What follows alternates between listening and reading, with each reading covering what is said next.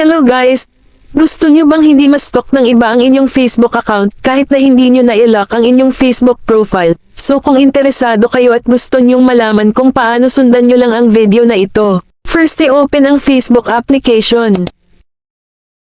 Then pindutin ang 3 lines sa taas. At pindutin ang settings. Dito guys, scroll down lang tayo hanggang makita natin itong activity log at pindutin ito. Then pindutin ang public posts. At dito guys makikita natin lahat ng mga na-post natin sa ating Facebook account. Then pindutin lang natin itong all. At once na naka-checkmark na yan, ang ibig sabihin ay hindi na rin po nila makikita yung mga dati nating na-post. Then pindutin lang natin itong 3 dots sa baba.